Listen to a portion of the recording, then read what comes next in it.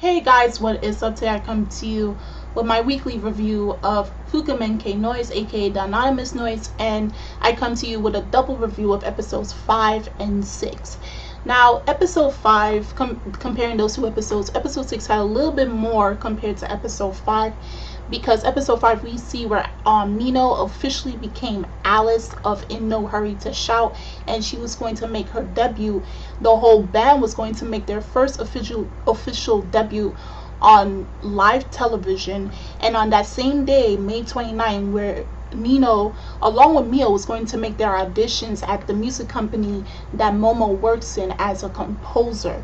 Now, we always wanted to know why Momo doesn't want to see Nino, and we come to find out the reasons, which is also quite messed up.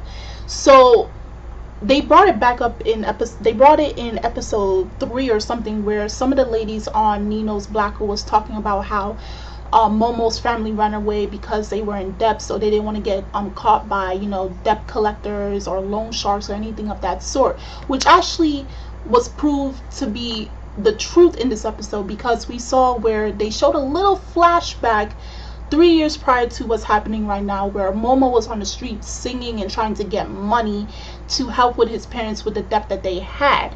And that's when he was picked up by Kuse, who I'm guessing is his caretaker and also his manager at the same time. They work together in both the same company, and she knows that he can't sing, but he's an amazing songwriter.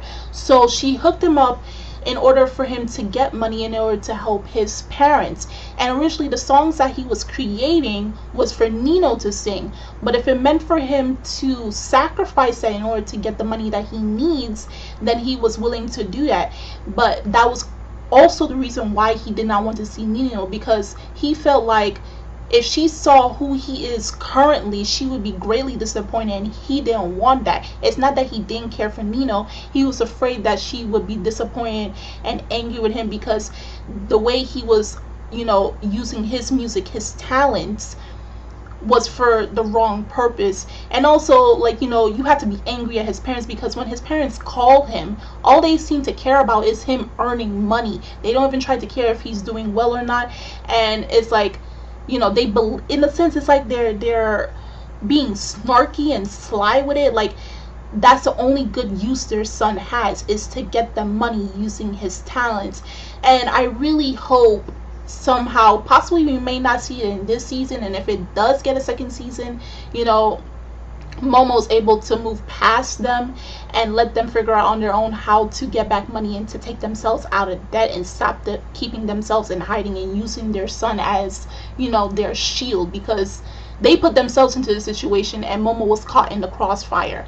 So the audition happened and Momo was there, even though he said he was never going to attend to it. And when Nino started to sing Twinkle Twinkle Little Star, the song that they always sang together when they were children, Momo shot right up and told her, "You fail.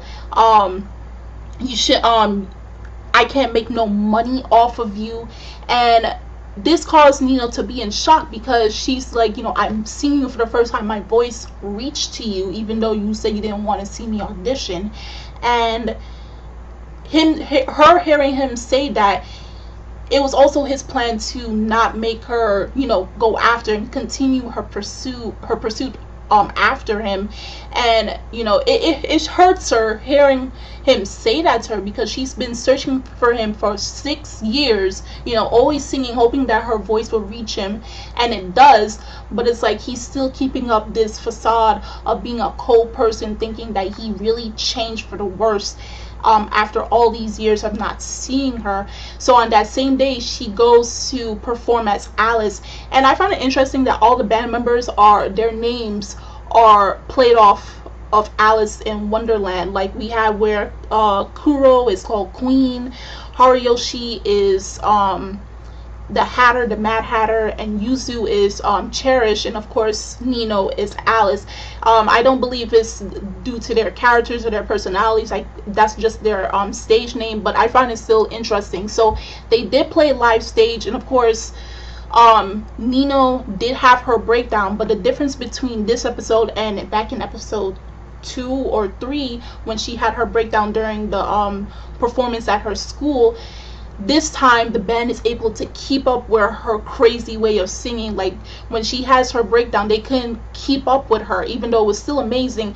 Their beats and their rhythms and them playing their instruments could not keep up with the way she was singing. But this was different, and it caused a rupture with the crowd, and everybody was going crazy with their live performances. And this goes into episode 6, where everybody's still continuously talking about them, and we know Miou was always feeling something, because we know Yuzu created the band in order to draw out Nino in hopes that she will be the one to sing his songs, which he accomplished.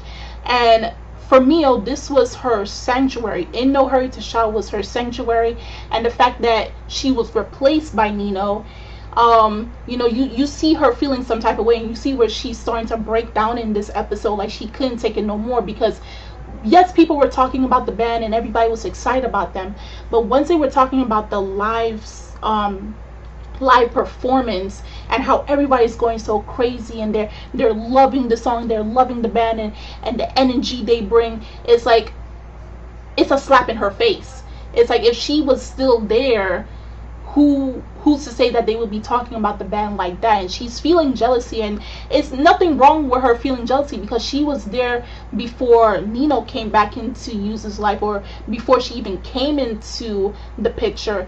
So it was very understandable to see where Miou was coming from, because this was her place, this is where she was having fun. And we come to find out the earrings that she always wear are actually of high significance to her, because her birthday the year before, they showed a flashback. Originally, Horiyoshi, as we know, he has a crush on her. He likes her, but he keeps it to himself because he knows that Miou is in love with Yuzu. So originally, his present was to give her earrings, because Yuzu didn't know what to give her for her birthday. So instead of him giving Miou the earrings, he suggested that Yuzu buy her earrings, knowing that she likes him. So it's like a lot of one-sided loves and unrequited loves in this series, and I'm hoping some knots can be tied in this. Someone is going to fall short. Of course, I'm thinking it's going to be, well actually I can't even say, because we don't know at this point, because one person likes this other person, but this person doesn't like, and there's a whole bunch of love problems and all that stuff. But hopefully at the end of it, someone is happy, a couple is happy, even someone else is not. And we come to the point of the episode where Nino, she finds out that Kuze, the person who works with Momo, they both live together, and she was shocked by that. Also, she got as a gift Momo's guitar, because when he heard her singing on stage, he was the only one that knew that she is Alice. He accidentally dropped, he was so shocked by her voice. Her voice actually reached him just a little bit. It moved him a little bit, and he dropped his mug on her guitar, and Kuze saw it fit that she has the guitar, which made Nino very happy. But then she said, you know, they live together.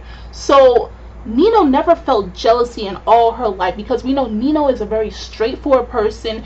She doesn't listen to anybody, and it's very funny to see her as that type of protagonist in a shoujo / romance series. Someone that's very bold and upfront, and at the same time doesn't really listen to anybody, but also is a soft and kind-hearted person on the inside. So when she heard that, she was really shocked, because her heart was prickling. She was feeling little sharps of pain. She didn't even know what that expression was. It wasn't until she and Miou were actually talking at the beach side, because Miou was so upset. She thought Yuzu would have been more proud of her, because she went with Nino during the auditions and she passed, so now she's going into a new band. And she was so upset that Yuzu didn't congratulate her in the way that she wanted, or the fact that Yuzu saying, you know, I want you to come back to In No Hurry to Shout in some sort of way. She ran there and Nino followed her. So they had a talk, and Miou let off what was on her chest, showing that she was jealous. She's telling Nino that I wish you didn't come here, because, you know, In No Hurry to Shout was the place where I felt like I belong. And that's how Nino found out that Miou likes Yuzu. And she lets out her feelings and everything, and she takes off her earrings, the same earrings that Yuzu gave her, and throws them into the water. And of course we have where Nino jumps into there to search for them. And I really like the quote that she had to tell to Miou, saying that you should only quit only after you've gone as far as you can.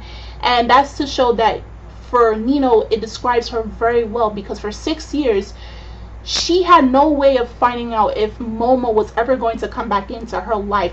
And every day, every waking moment, she would go to the beach and sing, not knowing if she'll ever see Momo, if they'll ever cross paths again. But she continuously did, almost like it was a ritual for her. So for her, she stands firm by this belief, and when she sees Miou give up halfway, she was upset by that. And she says, I know I'm weird, I know I might seem unseemly and stupid because of what I do, but that doesn't mean I'm going to give up. And her not giving up, she has touched Momo a little bit in a sense, so she's still going to continue doing what she does, and that is singing. And she does give back the earring, at least one of them, and basically it was her telling Miou, don't give up on your love, even if you see it going nowhere. You never know what could happen at the end of the road. But you doing so, calling it quits before the end game, you're depriving yourself of seeing what that finish line may look like. So they got everything they need off their chest, and they grew closer as friends. And I really like to see the development of these two characters as they go on. And that was really it for both of these episodes. So we don't know what's going to happen in next week's episode, because they never give a preview for these for this series. But I cannot wait to see what episode 7 entails. So if you guys saw this week's episode of Fukumenkei Noise, and if you saw episode 5, do drop a comment down below. I would like to hear your thoughts on it. The links are in the description box as always. And I'm Kimmy Chan of Anime Legends Podcast, and I will see you guys later. Bye!